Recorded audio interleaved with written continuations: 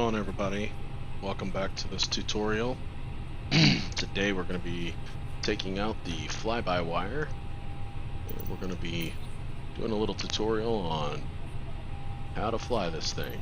So just got everything set up and just getting the weather turned to daytime real quick, just so you guys can see. It's a little easier for you guys to see. So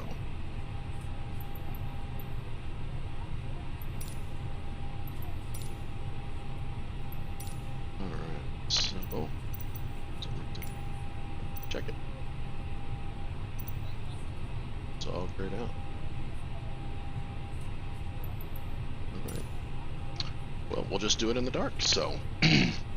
Alright, so first things first, when we get in here, the first thing that we're going to want to do is get us some power.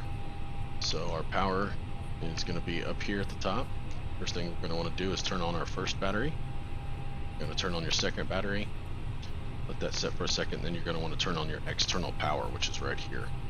That'll get power to the aircraft for you, so you can get everything set up. So that's all I've done so far, so we'll go ahead and continue on from there. So basically the only thing I've done is set up in here and in here and turn on external power.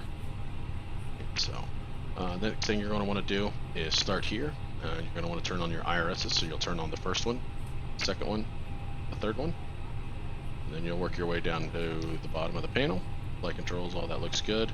One thing to note for the fly-by-wire, if it's on, if you don't see anything on it, that means that the button is on. If you push the button, as you can see, it turns it off. So if it's on is no lights is good. So crew supply, we'll go ahead and click that button there. We don't need any wipers or anything like that. These are your calls for your stewardess. So we'll continue on. We'll go ahead and test our APU. Test right here. That's good. That's our fire test for our APU. And then we'll go on down here and we'll go ahead and turn on our fuel pumps. And after that, we'll go ahead and turn on our nav lights, and we'll turn our strobes to auto. Then we don't need any, this is the runway turn-off light. We don't need that right now. And these are our landing lights and our nose light. We don't need any of that. Beacon we don't need. This is your APU here. And your seatbelts, we'll go ahead and turn the seatbelt signs on and the no portable devices. And we'll go ahead and arm our emergency exits. This is your overhead panel light. This is how you dim and turn your overhead panel light up.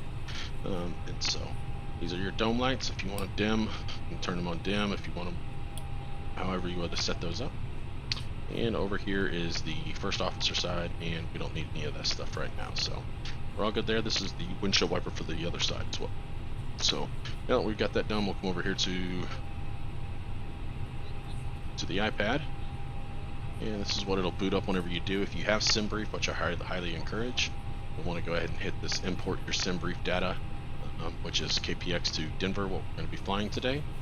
Go into the second tab. The second tab is going to give you your OFP. This is your flight model for that you get, or your flight information that you get from SimBrief. So we're going to be needing, here's where it tells you what your cost index is, all that information that you're going to need whenever you go to start programming the MCDU. So first things first, we're going to load up with fuel, make sure we have enough fuel. So we're going to need 12,297 pounds of block fuel. That's what they're planning on. Is I always round up to the next 1,000. So this looks like this would be, I would just go to 13,000 for that. So what we're going to do is we'll go over here and come to the next tab, down with the truck, and we're going to put in fuel, and we're going to put 13,000. You can set your fuel time of how fast you want to do it. So I always go ahead and just do instant, and then we'll set our payload, and you can go ahead and hit this little bar up here. It will pop up, and this little bar up here will basically import what's from SimBrief, and then you can go ahead and hit boarding. Here's how you do it: instant, fast, or real time. And so that's how you get up through all that. Once you get through that, now this is just a little calculator for performance. This is the navigation charts for all your SIDS and stars that you're going to be needing.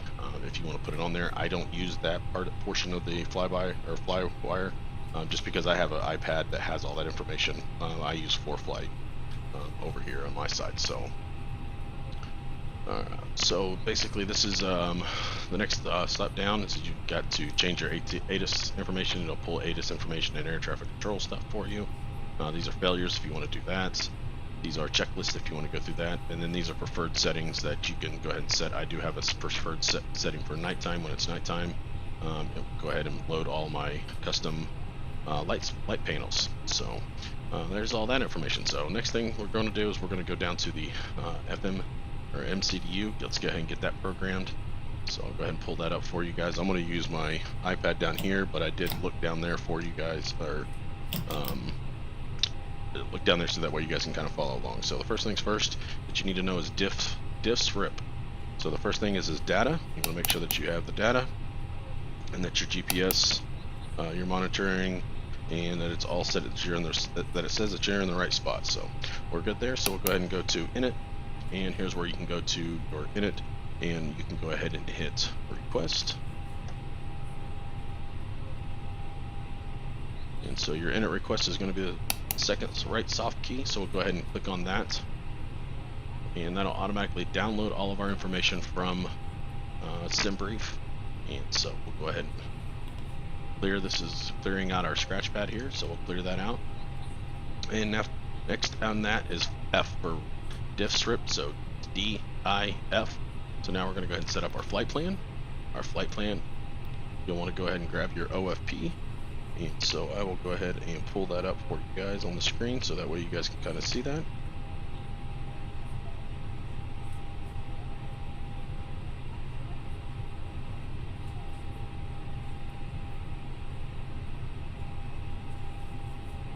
And so here's our little flight plan. So we'll go down here to our routing. Our routing is going to be departing KPHX on 25 right, which we don't use. I use 26 just because I fly out of here a lot for the American Airlines, which we're doing right now. So so we're going to hit departure, and then after departure we're going to go ahead and scroll up to runway 26, and then after that we're going to go ahead and go to we're going to be doing the Uper, or the Marble 1 transition with the Uper Marble 1 departure with the Uper transition. So we're going to go ahead and scroll up.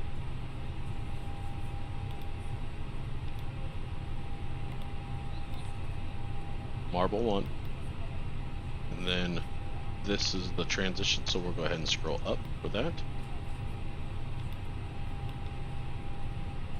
Oops, sorry. Right there, Uper. Check on that, click on that. Now we've got runway 26. SID is going to be Marble 1, and our transition is going to be Uper. So we'll go ahead and insert that. And then we'll go back over to our flight, and then it says direct Schnips, and then we're going to be flying the T-Bar 3 arrival into Denver, which is going to be T-Bar and then Schnips. So now we'll go down here to the bottom, which is our destination, and we'll click on Denver. And we're going to click on the top right soft key, arrival, and it says that we're going to be landing at 34 right.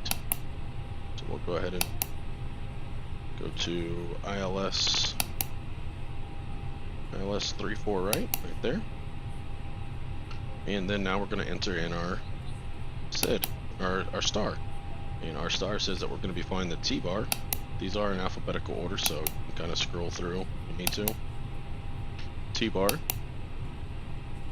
then we're not going to have any VIAs for this flight, and then we're going to go down to Schnips. So we're going to find the transition of Schnips, and so now we've got at the top here, as you can see, ILS 34 right. We got 34 right. We don't have any VIAs, so we're going to be flying direct to the Schnips transition with flying the T-Bar 3 arrival. So we'll go ahead and insert that.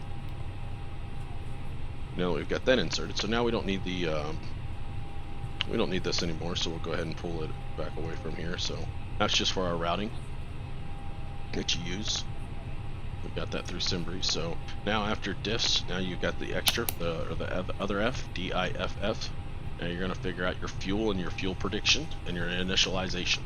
So your zero fuel weight, you can pull that directly from your iPad, which it automatically inputs it in. So if you just hit the top right soft key up here, just click on that, it'll immediately put this into your scratch pad, and then you can hit it one more time. And so your block fuel, you're going to look right up here on top of this, 13,000 pounds of fuel. So let's go down here and we'll put in 13.0, and we'll click block fuel and let it calculate, and it'll calculate all these numbers for you. That's what it's doing right now, is calculating all these numbers for you. And there it is. So now that that's all been taken care of, now we just need to go to radio navigation, which is the R, diffs, RIP. So now we'll go ahead and go to the R, and we just basically, we're going to be flying the ILS if we had an emergency that we needed to come back and we were in the clouds or something like that. You'd want to have an ILS frequency programmed here, so that way you don't have to do anything. You can just immediately fly the needles to get back safely. So that's good there. So I for initialize, and we're initialized, and you can go ahead and initialize number 2. Make sure that all this is correct. Your zero fuel weight. This is basically where we just kind of came from, and so there's all that done. And then secondary flight plan. We don't need any of that kind of stuff or anything like that. We've got everything else programmed. We are ready to go. So that's everything that you need to do on the MCDU. So now that we've got the MCDU programmed, now we go ahead and call up clearance, and we would get our clearance. But we're not going to be using live ATC with doing a tutorial, just because it takes a lot to pay attention to all that stuff and do a tutorial and kind of talk you guys through that while they're trying to talk to me and I'm trying to talk back to them. So what we're going to do is next we're going to go ahead and request our pushback. So we'll go ahead and get set up for our pushback. But first things first, we got to get power to the aircraft. So now that we need to get power without using the GPU. So first things that we're going to want to do is go ahead and start our APU, auxiliary power unit. And so go ahead and flip on the master switch. Give it a good 1, 2, 3 Mississippis. Go ahead and turn that on. And now you can come down here and you can monitor this gauge right here. And we'll start to slowly start. There's the flap is opening. And just so you guys know, we'll go ahead and this part right down here, this is our APU. Goes right out the tail. That's why you can see some of the smoke and the steam starting to come off. That's the heat coming out. So that's the exhaust of the APU. APU is in the tail. And so we'll slowly let that start to rise. You'll know whenever it's ready and that it's fully started. Whenever you see available, this will turn white and it'll say avail right here. So we will wait for that for right now.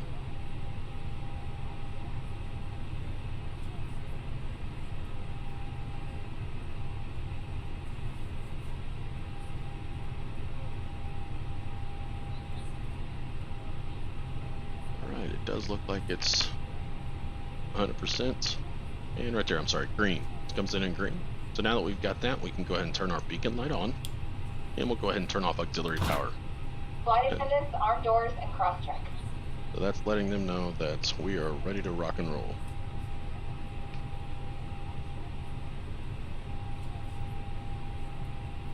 So now that we've got power to the aircraft, now we can go ahead and set up for getting ready for our pushback and starting of our engines. So as always, we go through the checklists.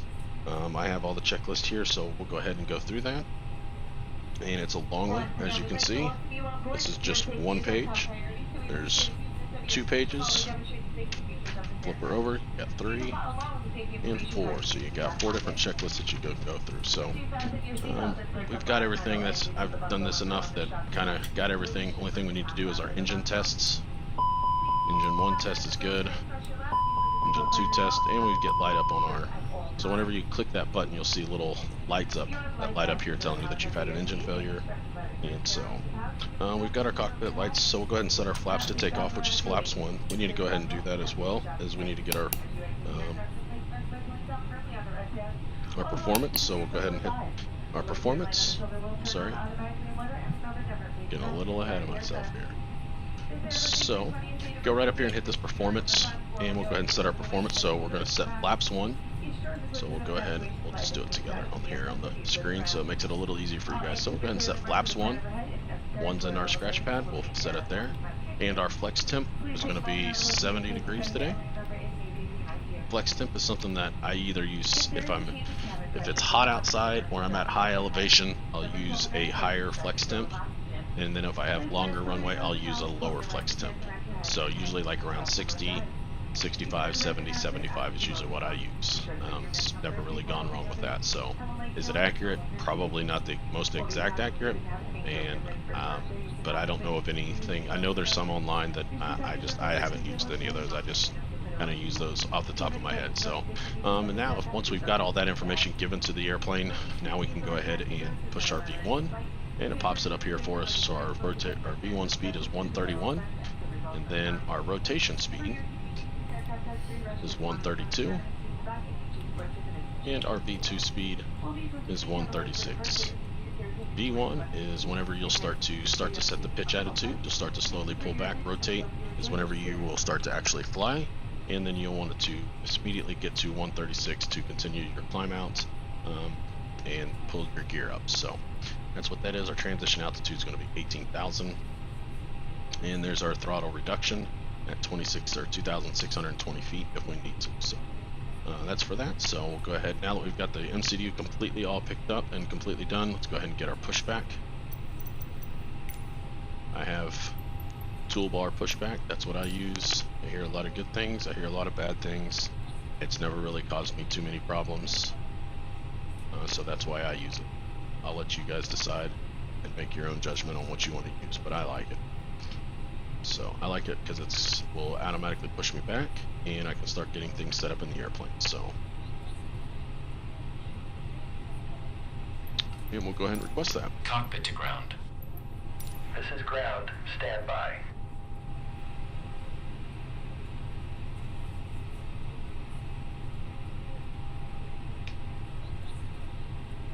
And our altimeter is 3008.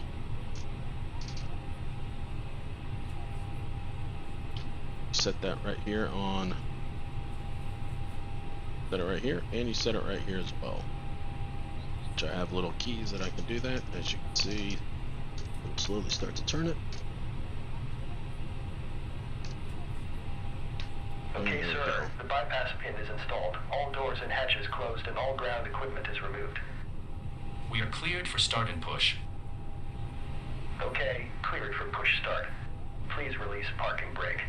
Alright, so we'll go ahead and release the parking brake. I have it right here. Parking brakes are released. On my screen.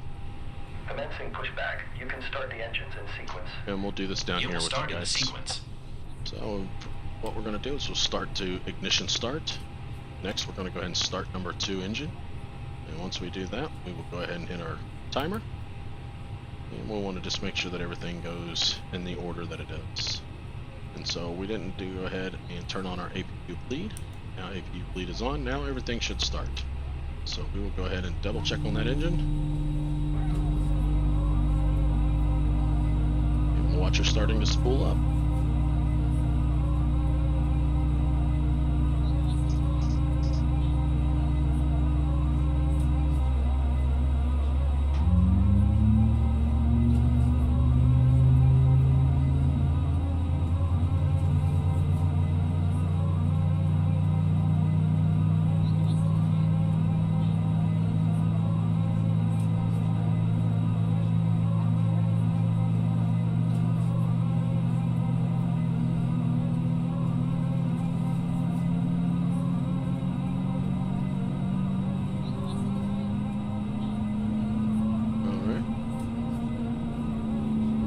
Looks good, so we'll hop back in here. Wow, we're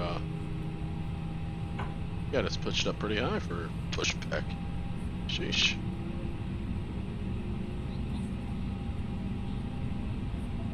Alright, and engine 1 is good, so we can go ahead down here and stop that timer. 23 seconds is what it took to start. Okay, pushback completed. Please Go ahead and start number brake. 1, and we'll go ahead and start parking brake since we're right here. Parking brake set. Ground. You may disconnect. Okay, sir. Clear to disconnect. Pin has been removed. See you at the side. Have a good flight. Holding position waiting for the visual. Thank you and goodbye.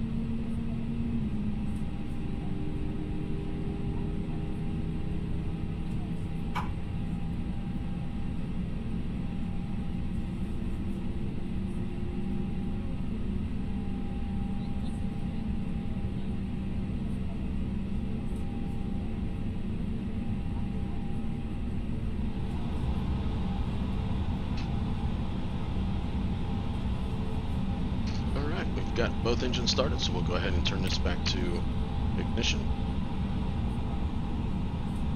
And we'll go ahead and get our lights all set up here. We'll get our beacon is on. We'll go ahead and turn our runway lights on. We'll go ahead and get our taxi lights on. And all that looks good, all that looks good. And we can go ahead and stop our APU lead. And we'll go ahead and turn off APU as well. And we'll go ahead and turn on our auto brakes. Set those to max.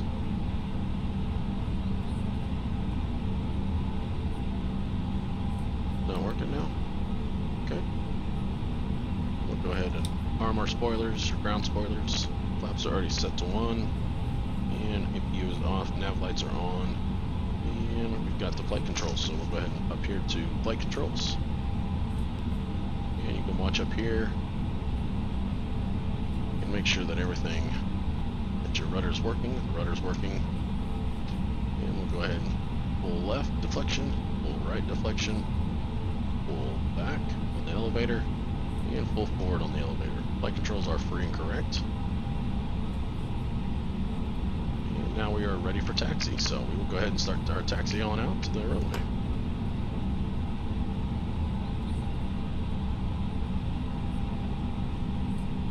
And today we're going to be climbing up to flight level 390, so I'll go ahead and get that set in our autopilot here.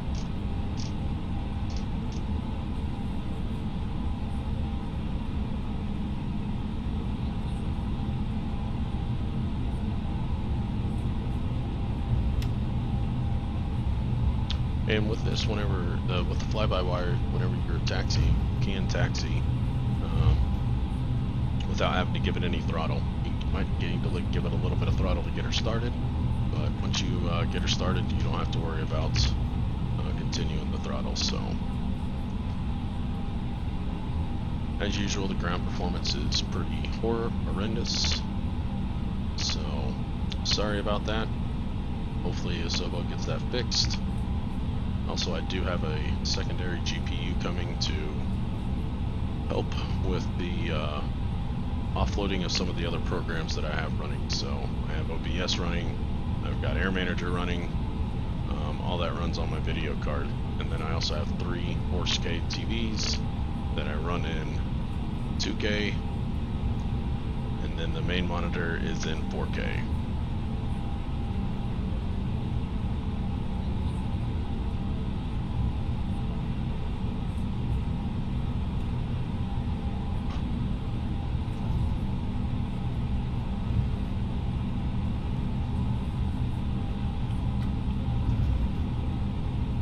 So there's our auto brake.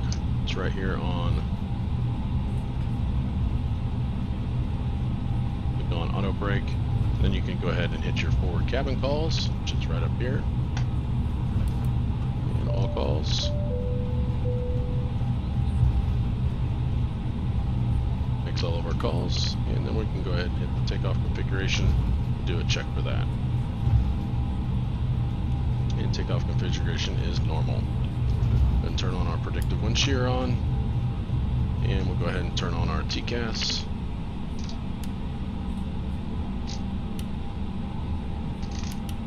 And we'll go ahead and turn on our terrain. Please prepare for takeoff. And we're ready for number 1 for takeoff, so we'll go ahead and get ready for takeoff.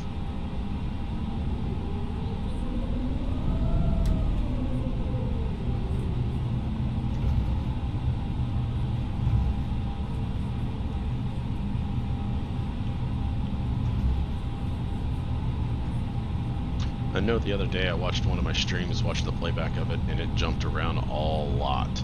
And it does not do that on my screen, so if it's doing that on your screen, on your TV, or on your phone, I apologize for that. So, first things first, we're going to depart. Takeoff comes pretty quick, so once we rotate, we get a positive rate of climb coming. We'll go ahead and pull up our landing gear, and then we will pull her back to climb detent. So, and take off. Everything looks good. Everything looks good up top.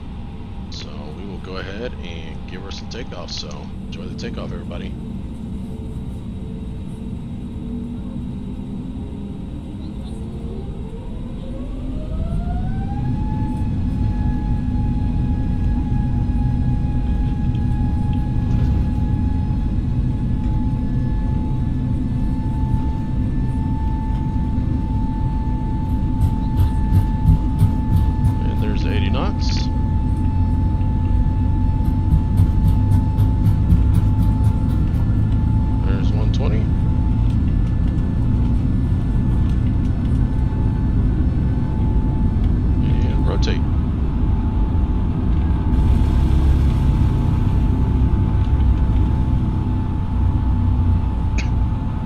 positive rate inside and outside. Go ahead and gear up.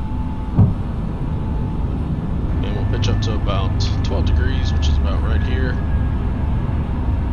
Hold this pitch attitude. And we can go ahead and arm our spoilers. And we'll pull us back to the climb detent. And we will go ahead and turn on our autopilot. And we will let her take over.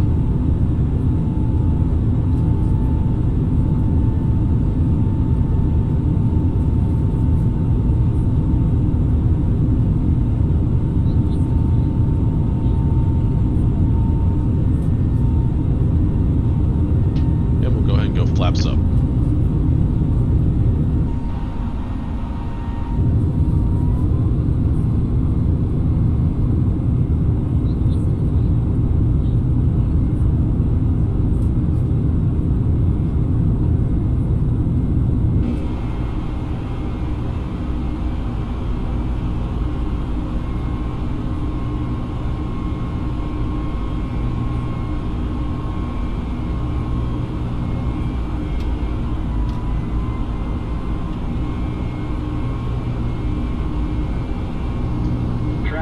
Traffic.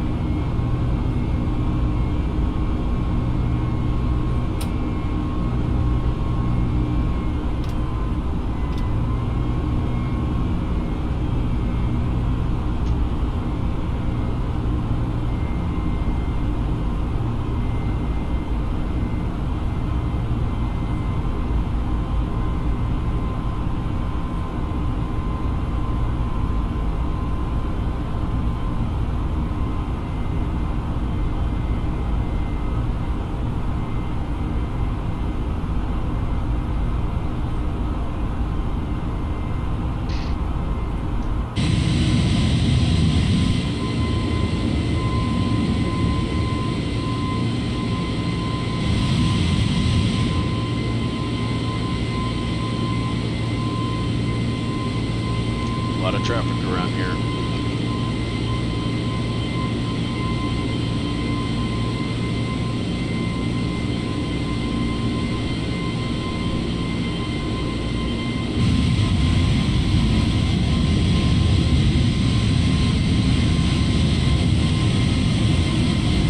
Down there is the Arizona Cardinals football stadium.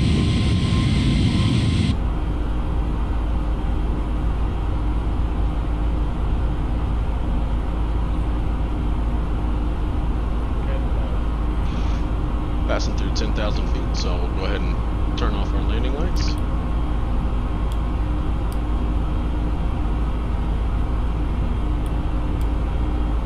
And we'll turn off our taxi lights. And we'll go ahead and turn off that. And we can leave this on, our nav logo lights. Get back to monitoring the instruments. Climbing out at 250 knots. Passing through 10,000, so we can go ahead and put it into manage mode, and that will help us accelerate.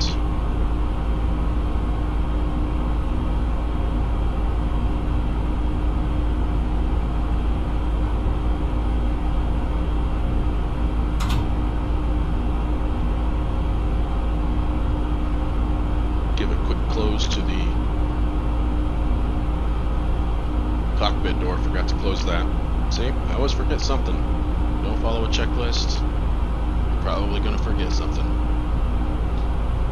So, let's go ahead and look at the checklist. Speaking of, after takeoff checklist on our climb, we don't need any anti-ice. We're at QNH is good. Landing lights are off. Nose light is off. Runway lights are off. Seatbelt signs are on, and we have terrain on.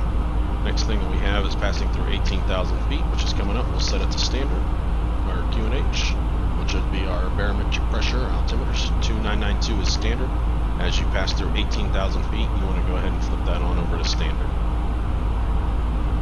So this little QNH button right here, you'll just pull this out, and then that will basically set your standard. And down here on your standby, you would just push this in. That's how you would get that. So.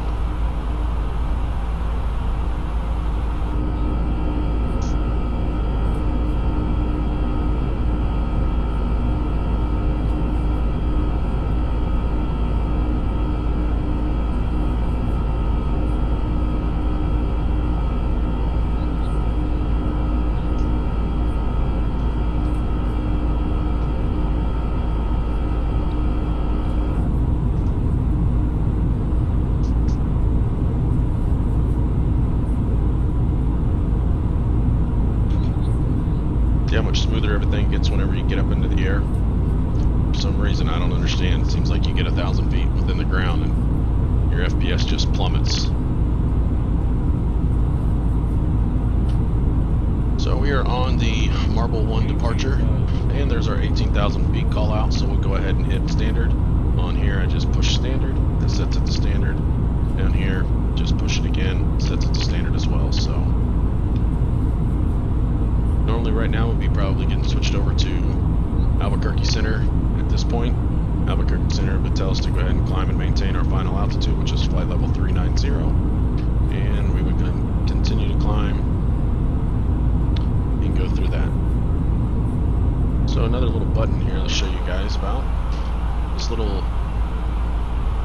right here, these canister or coaster or C-ster, basically. What that does is that will, inside of your flight plan here, you have flight levels that you're supposed to be at. This is how you manage your vertical descent and stuff like that, and your climb out. So if you need to be at so ATC tells you to be at, at UPER at flight level 390, then you can set that inside of there. So if you go onto here, let's just go ahead and zoom out a little bit. So it'll pop it up and it'll tell you, even on your navigation display here, that what your altitude restrictions are going to be.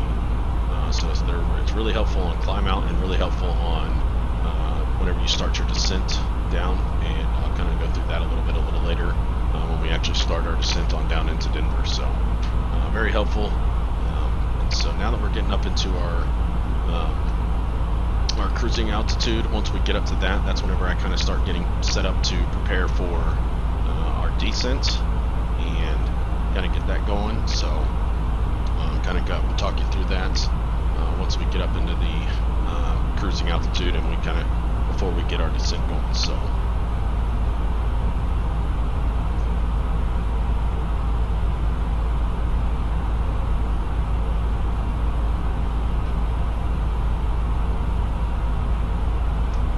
and one thing that you want to do that I always forget to do, and I think a lot of people probably do, is whenever you take off, you will start this timer, so that way you can tell how much you've been flying, so that way you know, one, your flight time, and two, for your fuel, so that way you know about how much fuel you got left, based off of how much fuel you put in and how many hours you were planning on flying with the burn rate.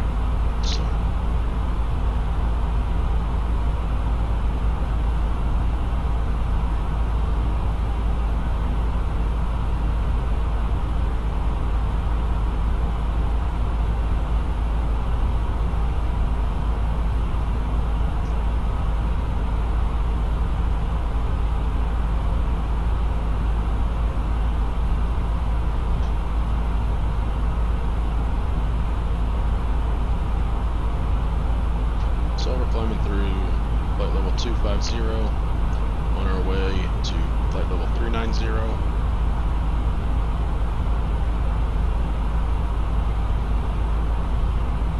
And it's been pretty smooth up here, so we'll go ahead and allow the passengers to move about the cabin. So we'll go ahead and set that up. And let's take a glimpse on how it's coming along outside.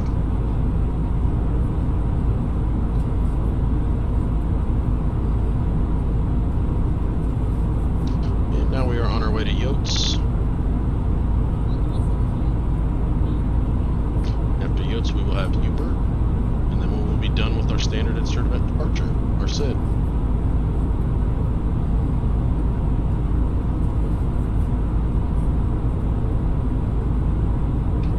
Something to show you guys here.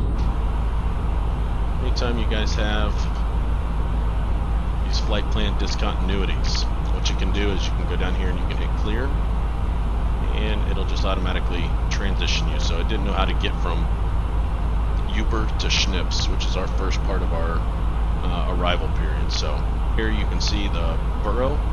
We need to be at flight level 270. So that's where you'll pull up your approach or your instrument star arrival plate that you have, which is the T-bar 3, and it'll tell you what your altitude restrictions are. And you just want to make sure that the plate matches up with what's inside of here. So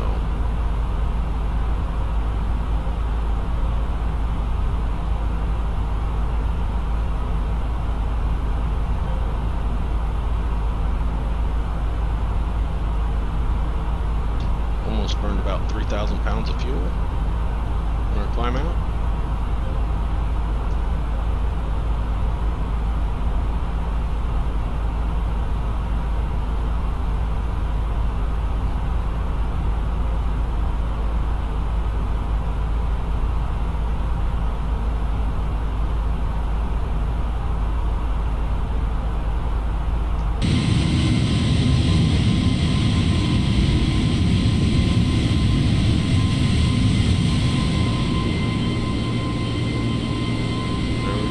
Behind us.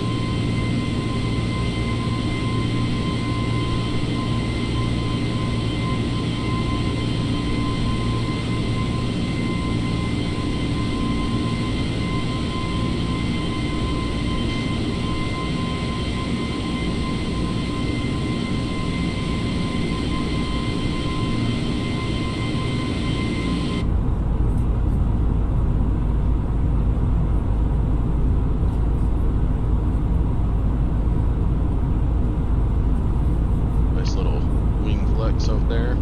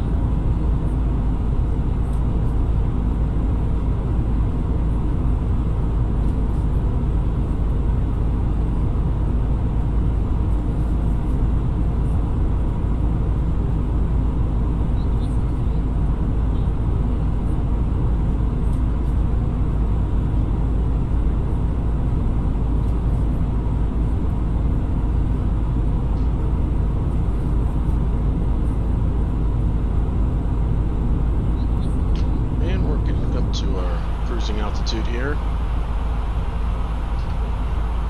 right at flight level 320.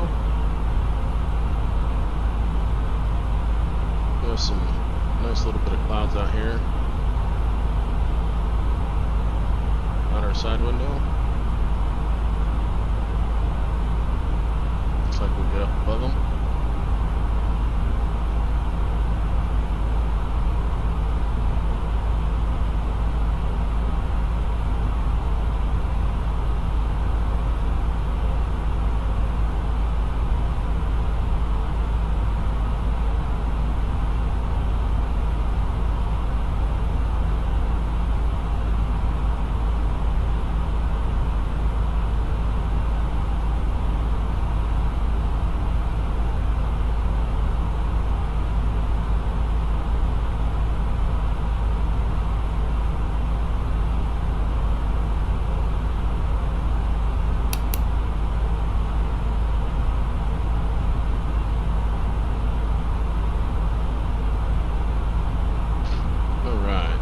Something that kind of, so on an approach plate or on a STAR, standard terminal area arrival, this one here says flight level 210. Well, on the approach, on the actual STAR plate, it says that we need to be in between flight level 220 and flight level 200. This is going to put us right in the middle of that. So to change that, I like to be at the bottom of each of them, because you'd always want to intercept an ILS from the bottom of it, not from the top. You should get false glide slope if you intercept it from the top. So what that means is that if you intercept the glide slope, and the glide slope is down here whenever you start on your final approach fix, or not the final approach fix, but the needle is down here, and you try to bring it in and intercept it by bringing it up, that you have a chance that you could get false glide slope. We don't want to do that. We don't ever want to do that. So we're going to change it so I always fly the bottom of what it says. So we're going to put a slash, because we want a slash, so you have your speed restriction, and then you have your altitude restriction. So you got slash, and we said flight level 200, which is 20,000 feet. And we'll go ahead and hit the soft key, and now it's going to let us do that. This magenta dot here means that the airplane thinks that it can make that, so that's not going to be a problem. So now let's continue on with our approach plate, which I'll probably pull it up for you guys, but you guys can follow along by looking at the approach plate. So the next one is going to be MNARC. Some of these names that they have is ridiculous, but so it does have a speed restriction. We need to be at 250, and it says that we need to be at in between flight level 210 and 17,000. So we want to be at the bottom of that. So you can still put in your slash 17,000. And we'll go ahead and set that up. So now another side note is that let's say that they tell you, ATC tells you, hey, American Airlines 1329 descend via the T-bar arrival and expect runway 8 transition. Well, we're not set up for runway 8 transition. If I go back into here and hit Denver and set this up to arrival, and then I change the runway, whatever you have done as far as your setting all of your restrictions, you will have to go back into and reprogram all that information back in, just so you know. So don't think if you do that. So that's why usually you kind of want to wait to set all this stuff up and kind of get this going as soon as you can, but yet you got to wait to see what ATC is going to give you as far as your descent and all that kind of stuff. Since we're not using ATC, we know what we're going to get. We're going to fly the 34 right ILS. So after that, since we're going to be landing 34 right according to our chart, next is going to be BDIN, and we need to be at BDIN, not anything above 15,000. We have to be at 15,000 or below. That's what that's saying. Or not above 15,000, not below, right at 15,000. And then the next one's going to be Cush at 14,000. And there's our deceleration point, Cush, to decelerate at 210 knots, which is good, and 14,000. And then Eldora, it's going to be at 13,000. Now there's probably going to be discontinuity, because this is the last fix of our star, and this will be the first fix of our approach. So the star gets us into the area, or the arrival area of Denver, and then the approach is what's going to get us on down to the ground if we were supposedly in the clouds. So we're going to go fly direct, get rid of that. So we're going to go from Eldora to Boeing to Cordy, and then there's the runway, Denver at 3,400, 5,400 feet elevation. Denver's high, which is why they call it Mile High City. So there's that. We've kind of got all that set up, so we're ready for that. Also, if you want to get back to where you're flying to and you forget, always you can hit flight plan. It brings you right back to where you are. So we just passed Yotes. We're on our way to Uper, and Schnips is the next one. So just cruising along here. Got 1,000 to go.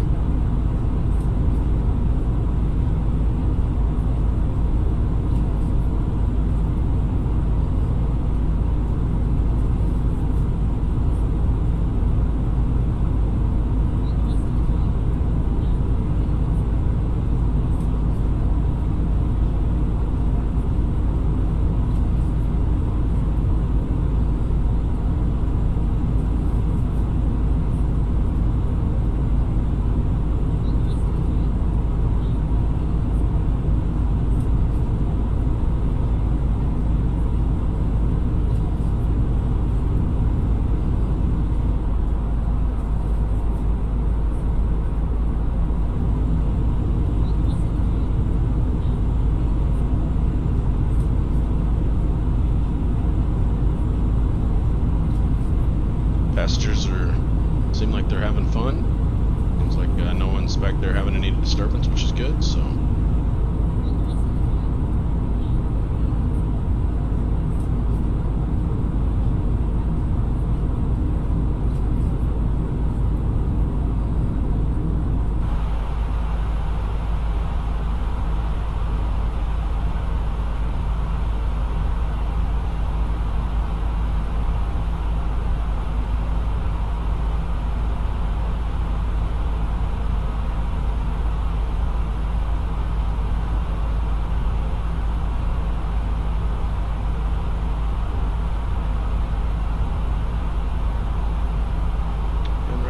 got 134 knots, crosswind slash tailwind. It's a quartering tailwind. So right now our indicated speed is about 241 knots. Our true airspeed is 444 knots. And our ground speed is 535 knots. We are booking it. Well, ladies and gentlemen, once again from the flight deck, Captain speaking. And there we Just are. reached our cruising altitude for the flight. As you begin to settle in, I do want to remind you to please keep your seat elbows clear from the aisle as the flight attendants will be coming through the cabin with galley cards shortly. Also, one more reminder to please refrain from congregating near the front galley where the flight deck door is located. Thank you.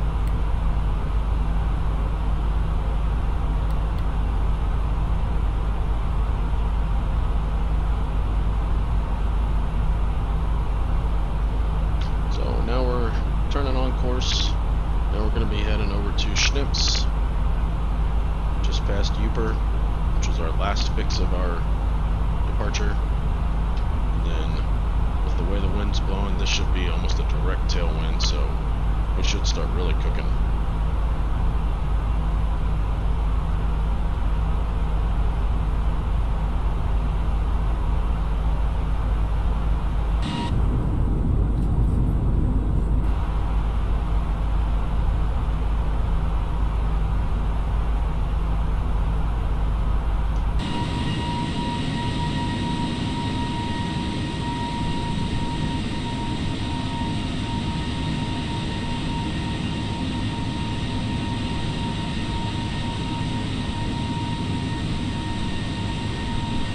Someone out here passing us off. If you guys can see those lights blinking. And what's funny is you can still see Phoenix, the lights of it, all the way back there. It's pretty cool. Now here we are. I don't know if you guys can see that on the screen. Let's see if we can zoom in a little bit. Lights right through there. Yeah, you kind of see them.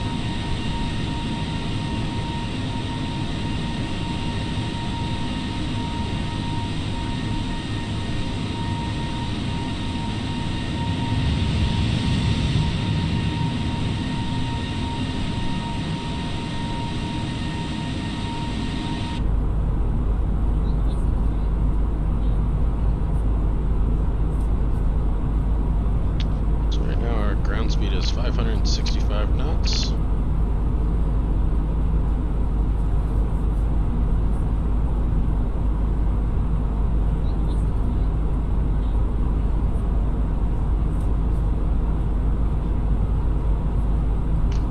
right now we kind of just want to check on our fuel.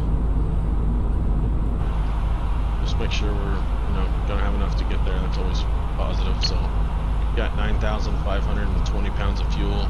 Burning about, looks like 3,940 pounds an hour right now, and we've got 362 nautical miles, and at 565, that means that we have less than an hour.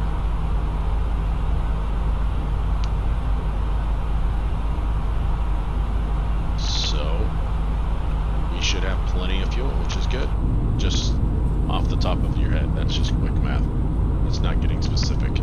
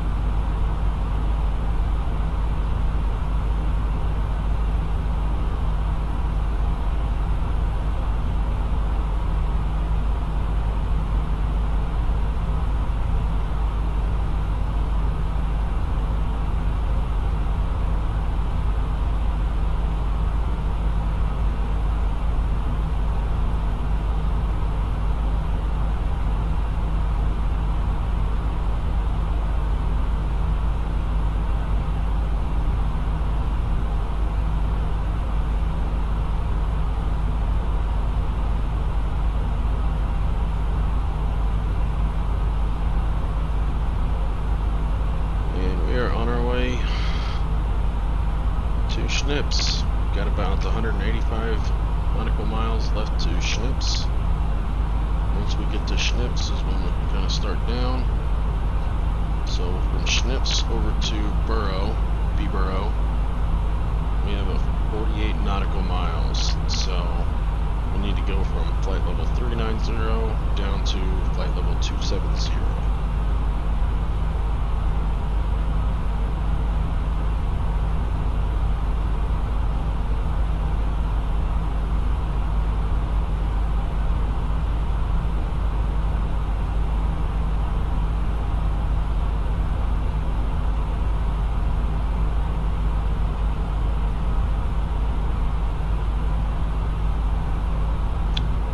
Cooking now. We've got 567 nautical, or 567 ground speed now. Sheesh, we're moving. I think that's about probably one of the fastest that I've seen.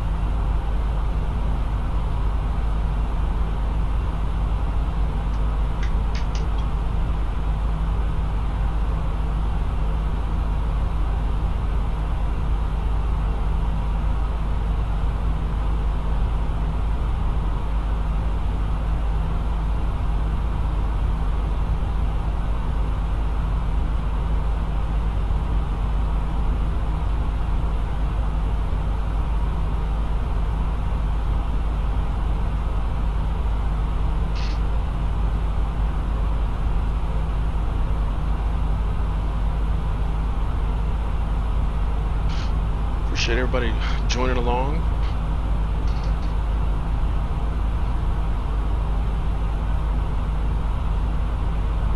We'll be starting our descent here in probably, what we got? We gotta lose roughly 12,000 feet. We'll do 2,000 feet per minute. So we'll start our descent about 70 miles from Borough. So just before Schnips, we'll go ahead and start our descent. Should be a little arrow on your navigation display that kind of gives you an idea of when you should start your descent. Should have like a little arrow that comes down and points down a little, I believe it's a blue or green arrow that comes out, points down. That's basically kind of giving you an idea of when you need to do your top-up descent. So we'll keep an eye on that and see if it pops up.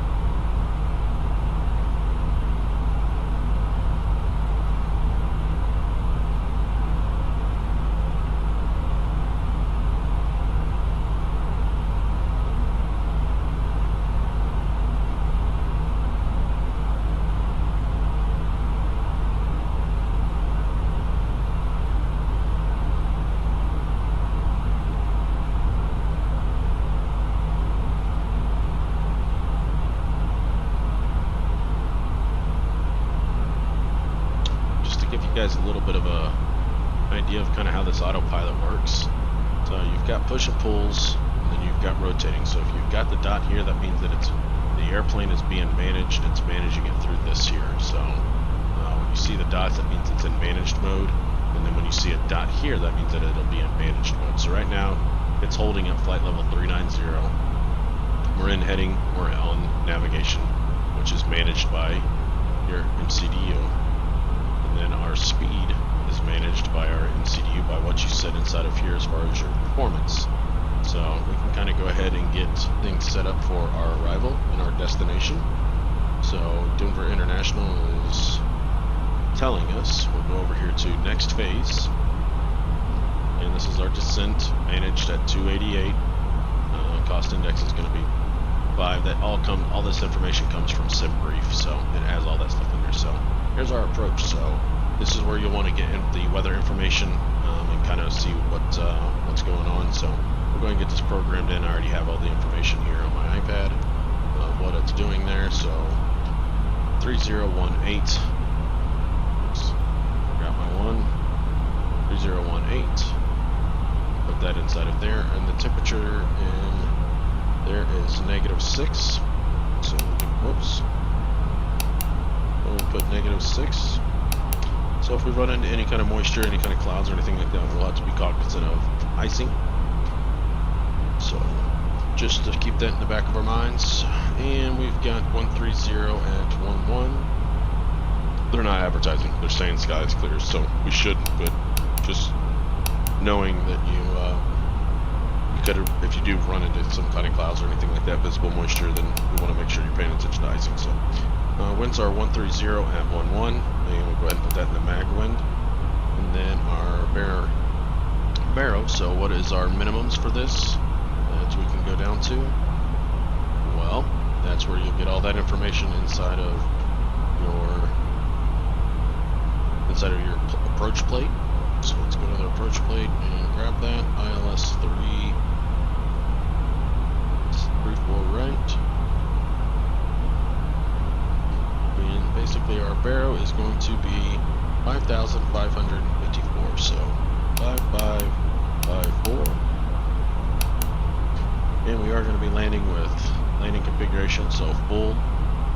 And so it tells us with that information, our approach, we're going to be shooting it at 130 knots, and we've got all that set up. So now we'll go ahead and hit performance to be in our cruise.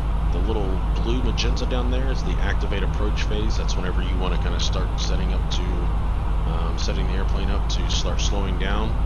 Usually I hit that and auto program that either with the last, depending on how far apart they are, but on the last phase of our SID.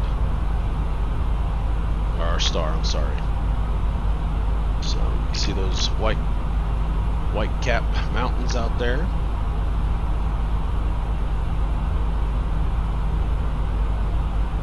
Got some snow out there today, so we've got 100 nautical miles till we get the schnips.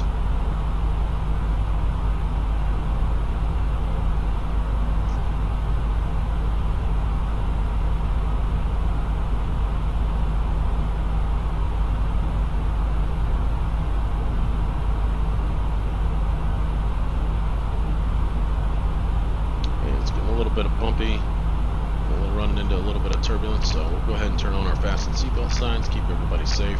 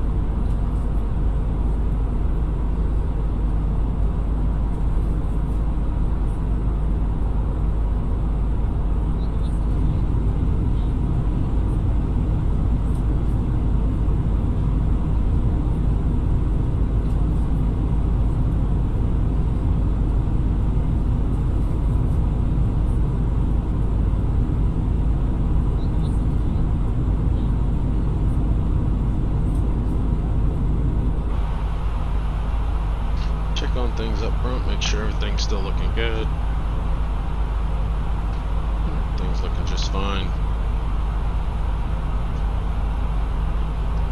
We've got 75 nautical miles till we get to Schnips. Ground speed's 571. We've got winds blowing at 255 and 146 knots. And we've got set up for the ILS 34 right. This is our terrain, telling us that the highest peaks in dark green here are 13,000 and the lowest down here are 8,700. We are in Mach speed mode with the altitude is at cruise, and we are in navigation. There's our barrow, so that is our minimums that we're allowed to go down to if we don't see the runway when we get to this altitude on our barrow take meter here. With the barometric pressure, then we need to go mist. This is our standby instrument, just in case this one fails. We still will have information here. So, everything's looking good. And our temperature, TAT is negative 33, and our saturated air temperature is negative 59. Our ISA is standard, which is 15 degrees Celsius, and we are at negative 3 for ISA.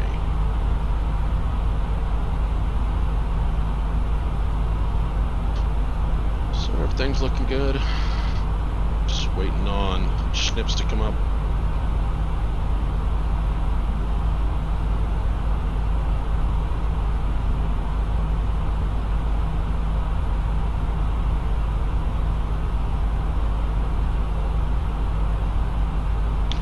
We should have a nice straight in approach to runway 34 right.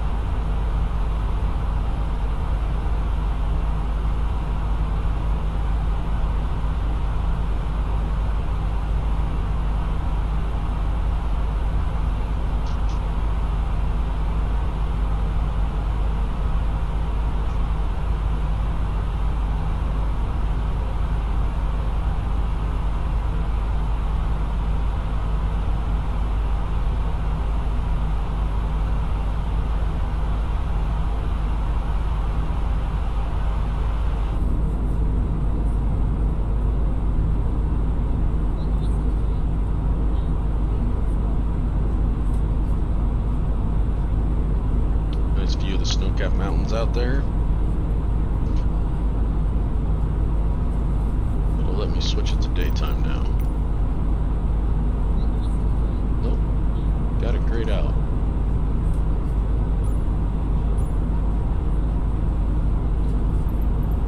Alright.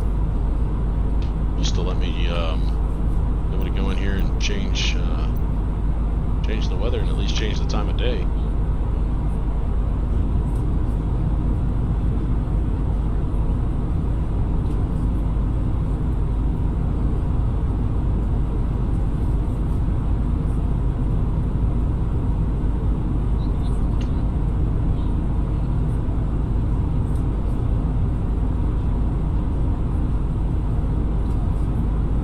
Bumpy in here, but I don't think it's anything we can't handle, so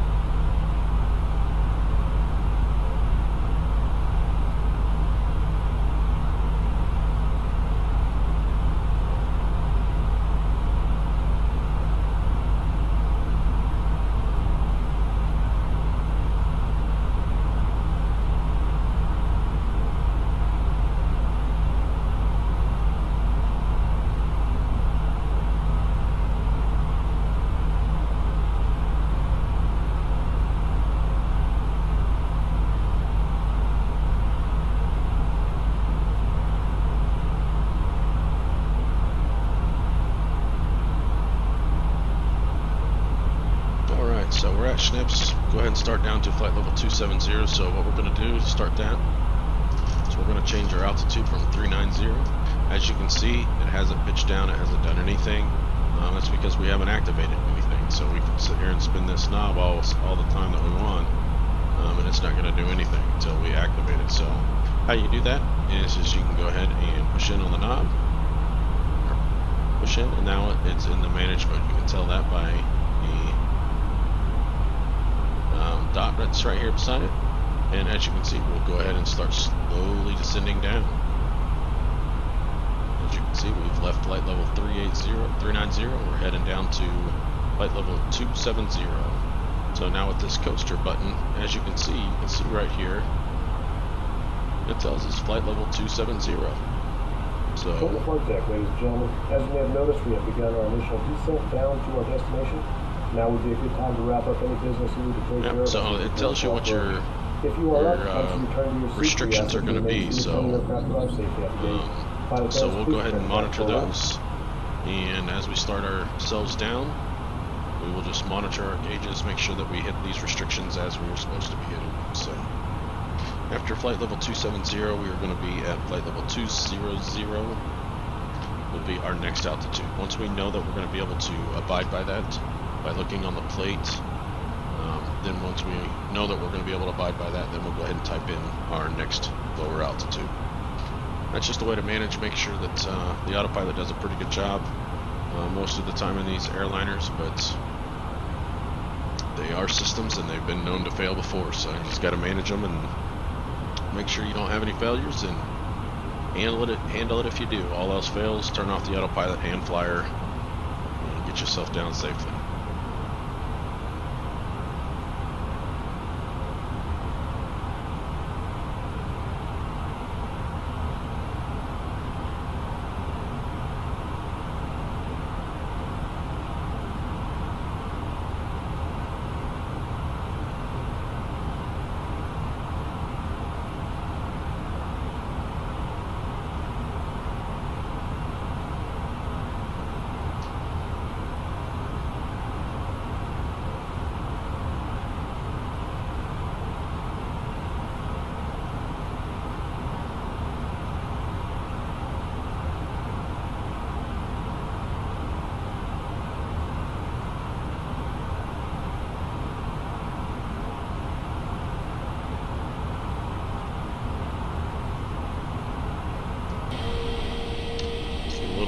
Down here,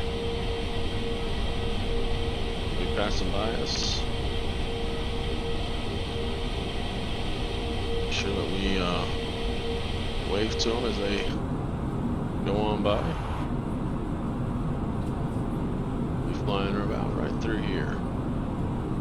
Should be coming up. I see them on our. Be down in here. Right about here is where he's going to come across. Boom, right there he is. As he takes off. Heading probably towards the Phoenix area, heading south.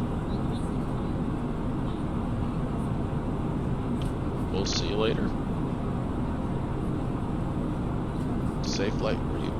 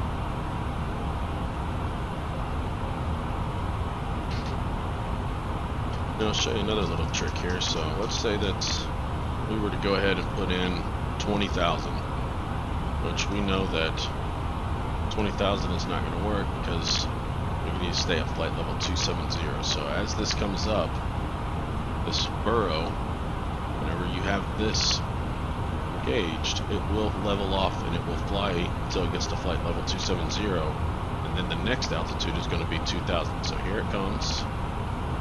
Here's flight level 270. Aircraft will start to slowly pitch up. As you can see, the vertical speed starting to slowly going up. You can also see that the engines are starting to kick in to level us off. And now it's going to hold that flight level 270 to make sure that we don't go down below flight level 270 and break what we were told to do. So there's our altitude is being captured, and descent is in blue because our next descent is going to be down to flight level 200, which is what we set up inside of our autopilot. So it's a nice little thing that they have inside the fly-by-wire, which most aircraft do that, so which is nice.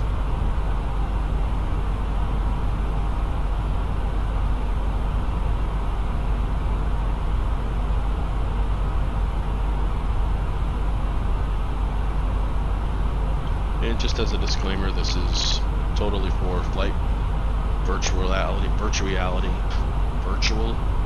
That's a tough word to say for me, but this is for virtual. This is by in no means real life practices that you do inside of a real airplane. We try to make them as realistic, but I don't fly airliners, so I can't tell you exactly what they do. There's a very good gentleman by Real Sim pilot, A320 or 320 pilot. He is an actual real Airbus pilot, so I would ask him. I'm sure he's probably got the knowledge to be able to tell you. I fly general aircraft, general aviation airplanes. Just got my multi-engine rating, so now I can fly multi-engines. Well, I can fly them, but no one's going to insure me, so I have to go with buddies that own them. And then they'll let me fly it. So, getting ready to come up on Burrow. So once we get past Burrow, we can go ahead and slowly start setting down to flight level 200. One thing as we start to descend, the same as when you're climbing out, once we get closer to 18,000 feet, we'll go ahead and set the barometric pressure.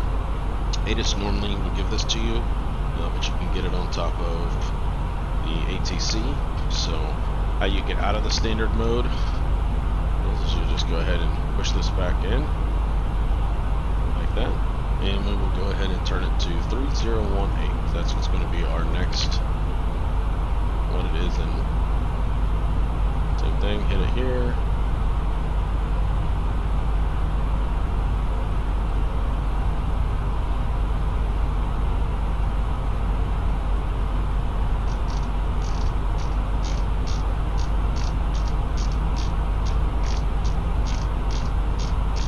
Oh, that went all the way down to like 28 point something.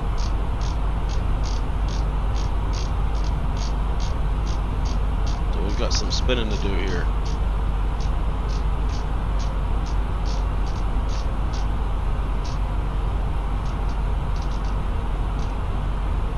There we go. 3018.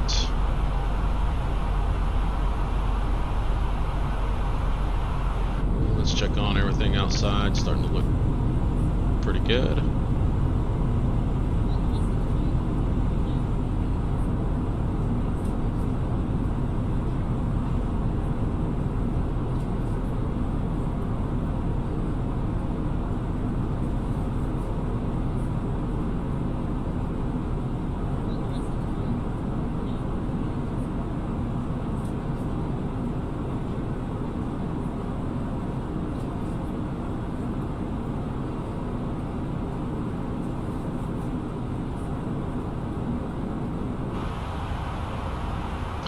We've got Denver's lights on. Denver's lights on. Yeah, they're on. We've got Denver in sight, just out in front of us. We'll see any clouds of any kind out there, so shouldn't have any issues with moisture or any kind of anti-icing or anything like that. So it's just nice.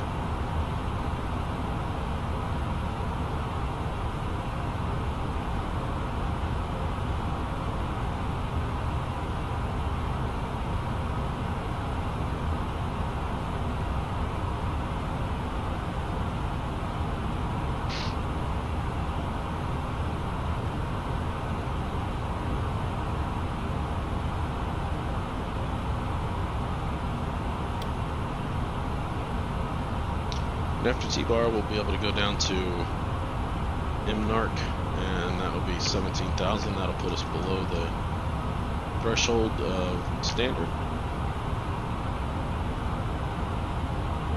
And let's go ahead and double check that we do have the fasten seatbelt signs on. Let's check our lights and everything. Seatbelt signs are on. No portable devices, that stays on.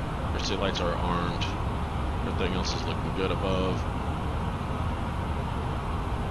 Remember, off means that everything is on, so we're good up top. We are ready to come on in and start the arrival.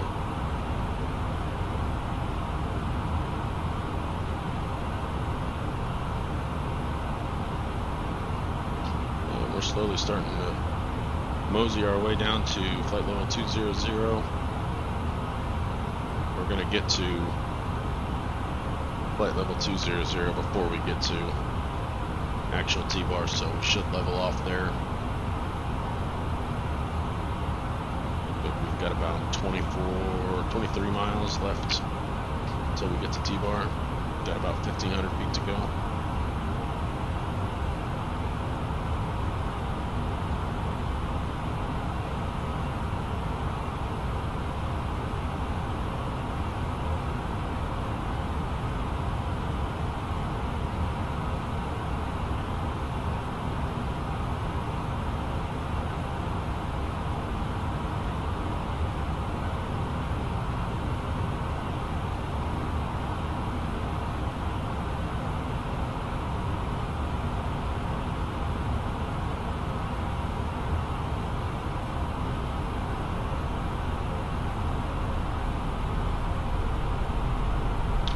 We need to remember that Eldora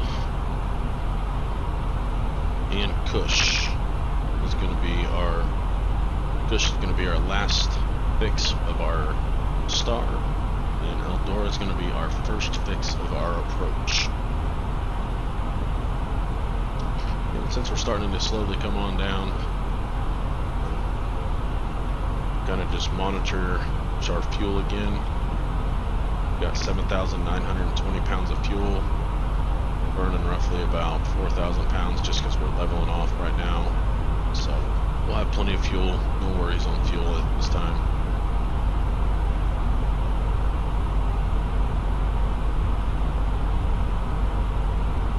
You only, in the simulator, you only about run out of fuel one time. Did that once when I was first flying these airliners. I didn't know kind of really much about how to fly them or anything like that. I was kind of learning how to do it. This was back in a long time in X-Plane when I was still learning private, still learning field management and that kind of stuff. So, but I flew an airliner and I came up short and came up about 150 yards short of the runway on an airliner. So took out most of Chicago.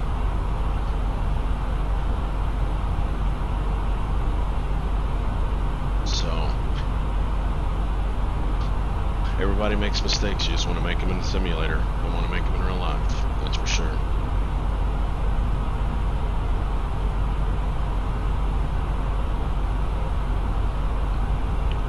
And we're coming up on T-bar. We've got about 3.5 miles left. Once we get to T-bar, we'll go ahead and slowly start coming on down to 17,000.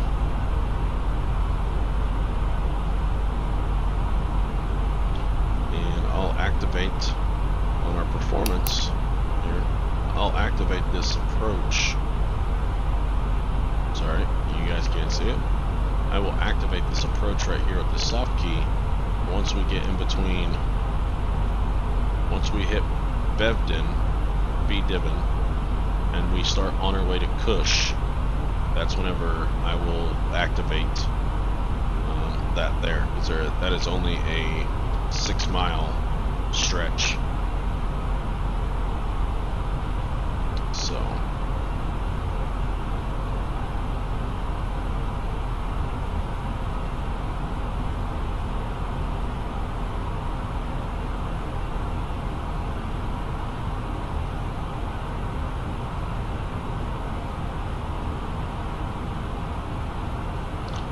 coming on down to flight level 17,000. Our next one's going to be 15,000. And we'll go ahead and just set in there 13,000 because that's going to be Eldora where we start the approach. So let's go ahead and start getting set up and start briefing the approach plates. Our localizer DME is going to be 111.1, so let's go ahead and do our radio navigation. And we've already got that programmed in, 111.1. So that's good. Approach course is going to be 353. Our runway landing is 12,000 feet long, which is plenty of runway length. Our touchdown elevation is going to be 5354, which tells us 200 feet above the ground, or our barrow. So that tells us that when we hear minimums, we're 200 feet above the ground. And our missed approach is going to be to climb to 5,800. And so then a climbing left turn to 10,000 on a heading of 270. So that was a brief, the first part, right, climb to 5,800, then climbing left turn to 10,000 on a heading of 270. So we've got all of, don't need any of the approach or the frequencies because we're not flying on pilot edge or anything like that, so we're going to go ahead and get rid of that. So now we're coming through 18,000. We've already got our QNH. We've already got our barometric set, our altimeters 3018. And once we start this approach, we're going to be starting it at Eldora, which is 13,000. Then at 210 knots. Then we'll be going down to Fluff. Then we'll be at Breck. And once we get to Breck, then we can go ahead and head on into Burfee. Once we get to Burfee, then we'll go to Booby, and then at 10,000 feet, and then once we get to Bingle, we can go down to 9,000 feet to Boeing. Then Cordy at 7,000 is going to be our final approach fix. So, just starting to come on into the Denver area here. It's already got us managed at 250 knots, and we can go on down to 9,000 is going to be our Boeing. So we'll go ahead and set that at 9,000. Actually, you know what we're going to do, since we're going to start the approach plate, we'll go ahead and set this to 5,800 because that's going to be our missed approach. So we'll kind of go ahead and start setting up for that. So remember, climbing straight out to 5,800 feet, then a climbing left turn to 270 heading, and climbing to 10,000.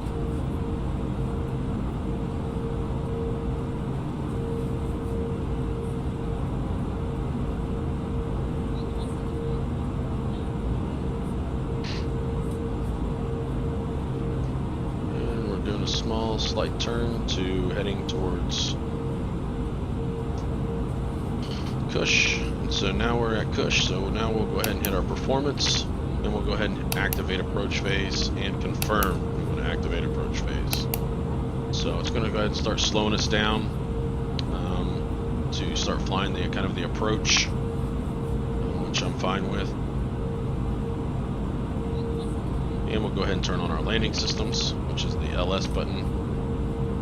Let's get back into cockpit and start getting set up here. So we'll turn on our landing systems, LS button, and I'll go ahead and turn on the localizer, so it's not working now. Okay, well, probably maybe a little too far out. So localizer button will start to, oh yeah, it's because we haven't gained the localizer, we're too far out. So localizer means that it will switch off of navigation and start following just the localizer. Once you start getting the localizer, you can hit the approach plate or approach button. So we are on auto throttles, so we don't have to worry about power management at this point.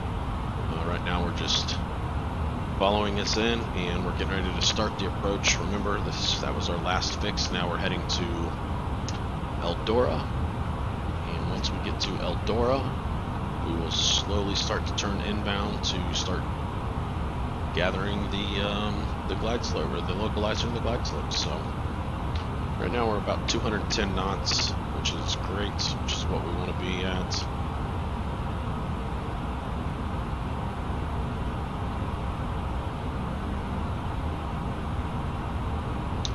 And now we'll start a nice turn in.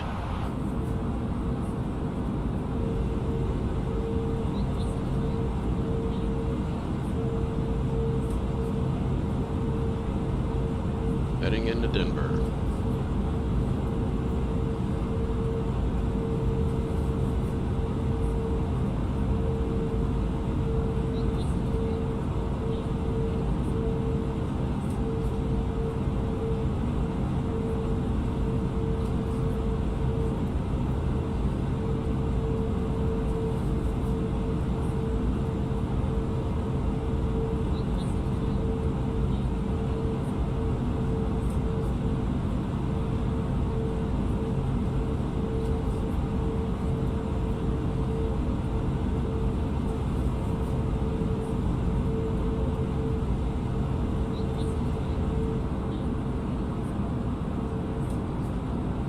And I have actually flown into Denver myself, not into Denver International, but I did fly into, it was actually out over here. It's the airport up here north in Broomfield. It's literally kind of right behind this, so.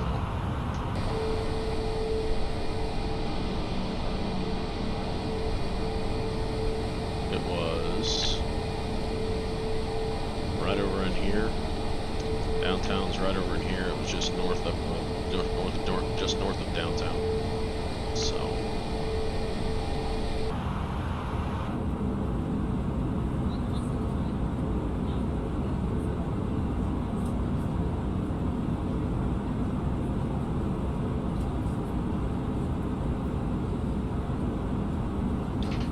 and we're getting ready to go ahead and got the airport out in sight, out in front of us. So we'll go ahead and start slowly setting up. We'll set flaps to 1. As it kind of starts to slowing us down. Remember, Cordy at 7,000 is going to be our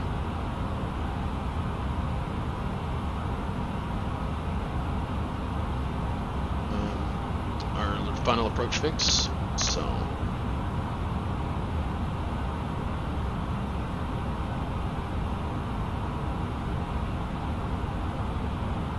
got the 3-4 right, I believe, in sight. Denver is out in the middle of nowhere. I've flown right over top of the international airport, so 10,000 feet. So we'll go ahead and start getting set up and get our landing lights turned on. Set the taxi. All that's set up. Let's go ahead and get our brakes onto medium, and we'll go ahead and arm our spoilers, and we are ready for landing. Let's go ahead and go through that with the checklist. Seatbelt signs are on. Approach phase has already been activated. We've already got our altimeter set. Auto brake is set. Terrain is already on. Landing lights are on. Nose light is on. And MDU phase is already activated. And we are ILS, which is the localizer, and now we've got localizer armed. Ground spoilers, we've already got those armed, and then once we're 10 nautical miles out, we'll go ahead and do flaps 1, which is about Cordy, so I do it a little earlier than that.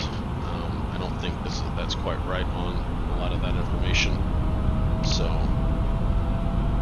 don't have glide slope, don't have localizer just yet, should be coming in shortly. And we can go ahead and go flaps 2. Well, with under 200 knots.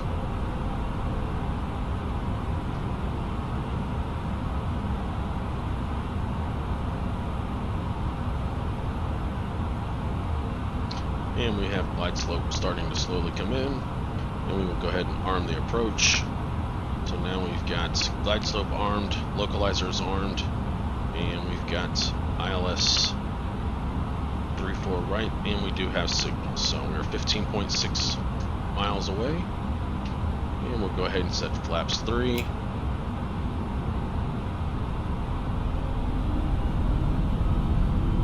Comes the glide slope, the localizer's been captured, and we will just wait for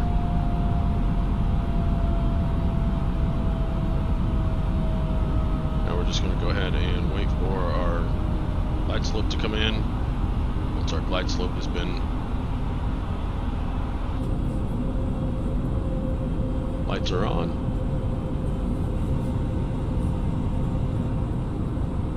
Flaps are set.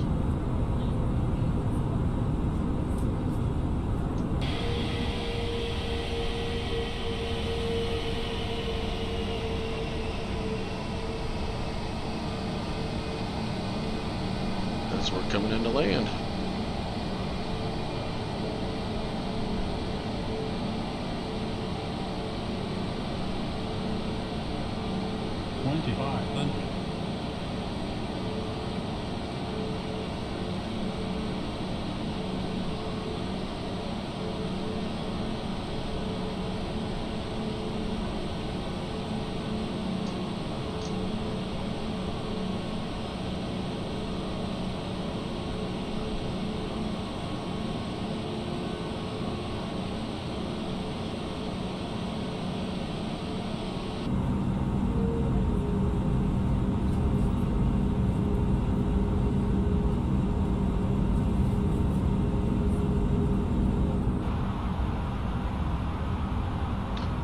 Got the airport in sight out there.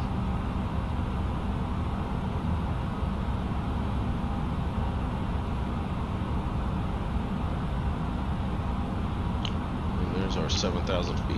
And we've got about 2.5 miles just outside of Cordy, which is our final approach fix, where we will pick up the glide slope.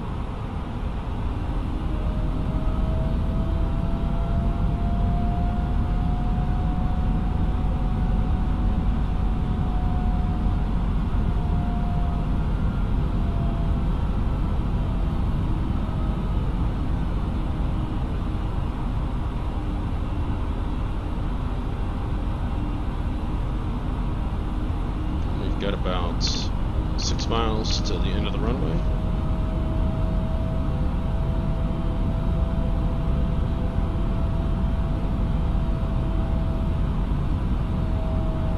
And just got a new updated zone 3020 on the altimeters. Got all that set. And here comes our glide slope. It's slowly starting to come in, and we're 1 dot above, so we will go ahead and go gear down. Gears coming down.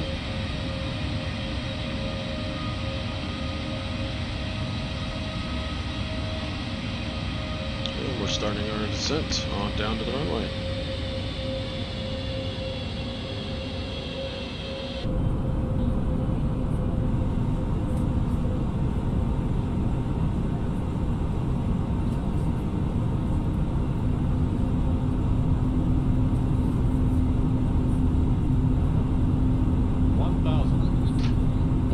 To go.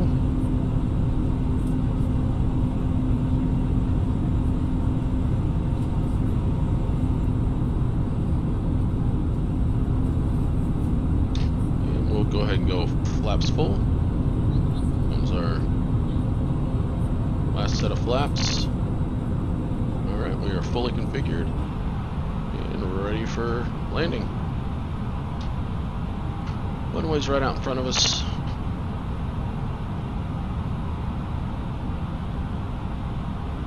500. And we've got 500 to go.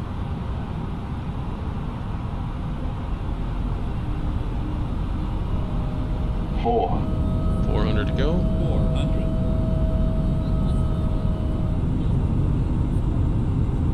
300.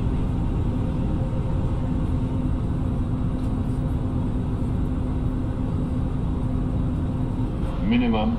There's our minimum. We'll go ahead and turn off our autopilot. We'll hand flyer on in. 100. 100. 50. 40. 30. 20. Retard. 10. 20. 5. 5. 10. And we are down on the ground safely.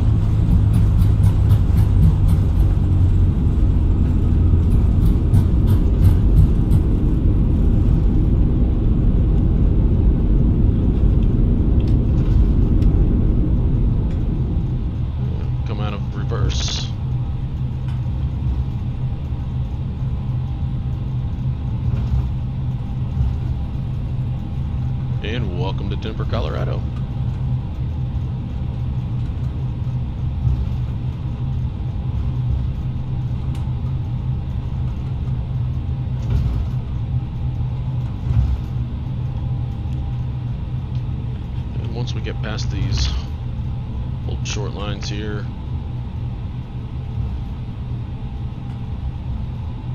We're going to be making a hard right turn here. Left looks clear, right looks clear.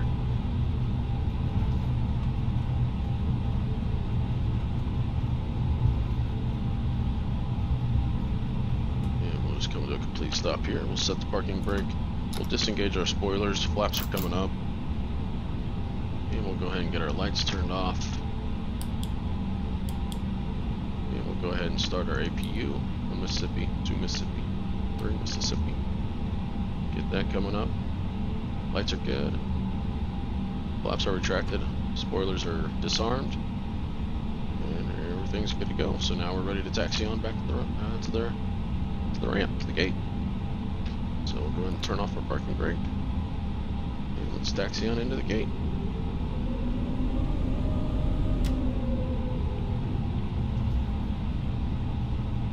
Appreciate everybody joining along.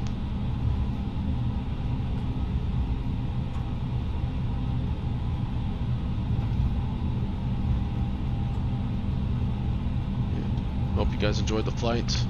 Once we get back to the gate, all you gotta do is just basically kill the engines, turn the seatbelt signs off, turn your APU off, turn everything off. So I appreciate you guys joining, and we will see you guys next time. Have a good night.